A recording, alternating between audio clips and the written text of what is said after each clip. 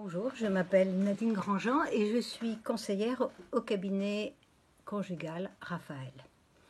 Dans le cadre des petites astuces données par le cabinet pour traverser au mieux cette période de confinement, je voulais vous faire part d'une expérience que j'ai vécue moi-même lors d'un autre confinement beaucoup plus léger, je vous l'accorde, qui a été le passage à la retraite de mon mari et de moi. Comme dans le confinement actuel, nous avons vécu des tensions. Et c'était pas évident, ça a demandé une réorganisation, un réaménagement de l'espace, et il fallait faire attention à nos réactions. Parce qu'elles prenaient vite un ton énervé, un ton irritant et étendu, et l'atmosphère devenait pesante. J'avais remarqué qu'un de nos modes de communication passait souvent par les reproches et les critiques, d'un côté comme de l'autre. Les messages, évidemment, ne passaient pas. Nous avons donc décidé, d'un commun accord, un jeûne complet de reproches. Nous avons dit stop aux reproches et aux critiques.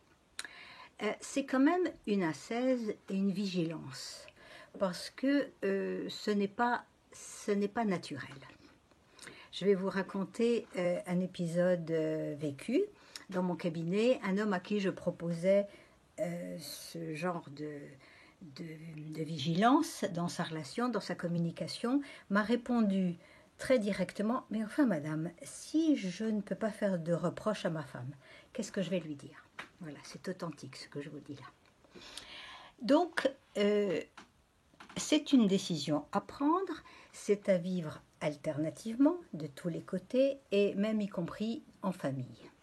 Alors, cela a permis 4 bénéfices. Il y en a certainement d'autres et vous les trouverez avec plaisir. La première chose, c'est que ça allège l'atmosphère. Ça rend notre communication plus douce, plus douce. La deuxième chose, c'est que nous avons été obligés de mettre une garde à notre bouche. Bon, c'est une bonne chose et on y arrive avec un petit peu d'entraînement. La troisième chose, c'est que ça nous a permis de trouver une créativité. La créativité, ça va dans le sens de la vie. Comment puis-je dire mon besoin sans passer par la case reproche? Mon besoin d'espace, mon besoin de calme, mon besoin d'aide. Regardez, si vous criez sur les enfants en leur disant « taisez-vous, vous faites trop de bruit, j'ai besoin de calme », évidemment, le résultat n'est pas forcément à la hauteur de vos attentes.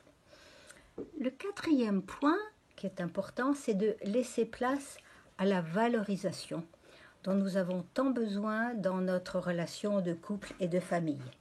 Alors la valorisation, c'est un mot assez large et ça comprend de très belles choses. Les compliments, évidemment, l'émerveillement, les remerciements, les mots d'amour.